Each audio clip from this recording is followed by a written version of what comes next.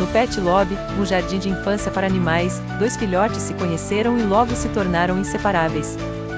Um era marrom, com manchas douradas, e o outro, um cinza clarinho com orelhas pretas. Brincavam juntos todos os dias, correndo pelo pátio, explorando os brinquedos e dividindo os petiscos. Certo dia, algo mágico aconteceu. Enquanto brincavam embaixo de um grande carvalho no quintal do Pet Lobby, uma luz suave envolveu os dois. Quando a luz se dissipou, eles estavam diferentes. Um deles havia se tornado completamente branco como a neve, e o outro, negro como a noite. Seus amigos e cuidadores ficaram surpresos, mas os dois filhotes não pareciam se importar. Pelo contrário, achavam aquilo divertido.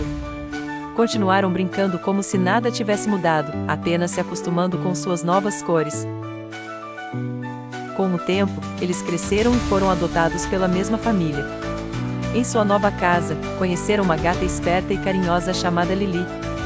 No começo, ela era desconfiada, mas logo percebeu que os dois cães eram brincalhões e amigáveis. Eles passaram a dividir as aventuras diárias, caçando insetos no jardim, correndo pelo quintal e se aconchegando juntos nas noites frias. Certo dia, durante um passeio pelo parque, encontraram um cachorro idoso chamado Max. Max tinha o pelo grisalho e os olhos sábios de quem já vivera muitas aventuras. Mesmo sendo mais velho, Max era gentil e logo se tornou uma espécie de tio para os dois amigos.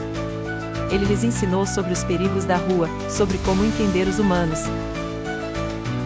Max também ensinou sobre os melhores lugares para tirar uma soneca ao sol.